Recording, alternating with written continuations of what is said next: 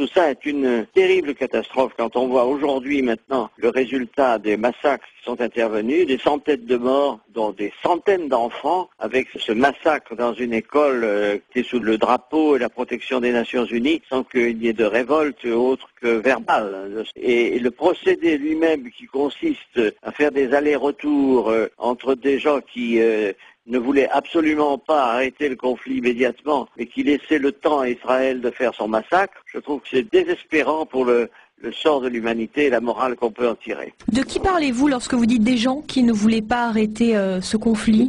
Quand je vois l'attitude de M. Moubarak avec son complice, le président de la République française, consiste à laisser le temps de la discussion par des allers-retours à l'armée israélienne de faire son travail comme elle a l'habitude de le faire tous les 2 ou 3 ans, c'est-à-dire un nettoyage humain inadmissible s'accomplir. Je trouve que c'est amuser la galerie bêtement et ça n'ajoute rien à la recherche d'une solution.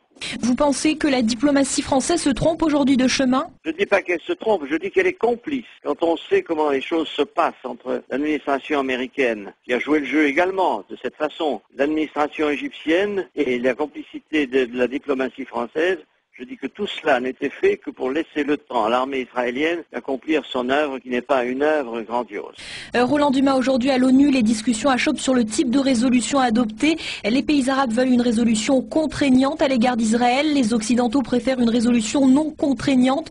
Selon vous, laquelle est préférable dans ce genre de conflit? À mon avis, il n'y aura de solution possible dans l'immédiat que si on contraint Israël à obéir à des décisions internationales. Ce qui est évident depuis des années, il suffit de regarder les résolutions qui n'ont jamais abouti, ou quand elles ont abouti par hasard, elles n'ont jamais été appliquées et la communauté internationale n'a rien dit. C'est-à-dire que c'est un trompe-l'œil perpétuel, on fait d'un débat, on laisse gagner du temps à Israël pour qu'elle fasse son nettoyage ethnique qui s'apparente à des opérations qu'on a connues dans le passé. Je trouve ça scandaleux du point de vue de la morale internationale. Roland Dumas, selon vous, est-ce que la résolution de ce conflit passe par un dialogue avec le Hamas, ce que beaucoup d'États refusent? Écoutez, le Hamas, on connaît son histoire. On sait comment il est né, on sait par qui il a été soutenu, on sait quelle a été son aventure, et il a été soutenu par des gens qui le combattent aujourd'hui.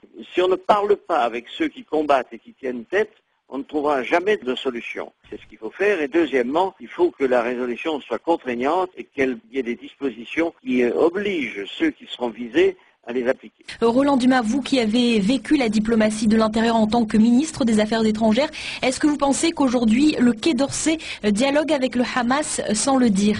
Elle parle secrètement, mais elle n'a pas le courage, puisque on veut montrer une diplomatie agissante, active, remuante.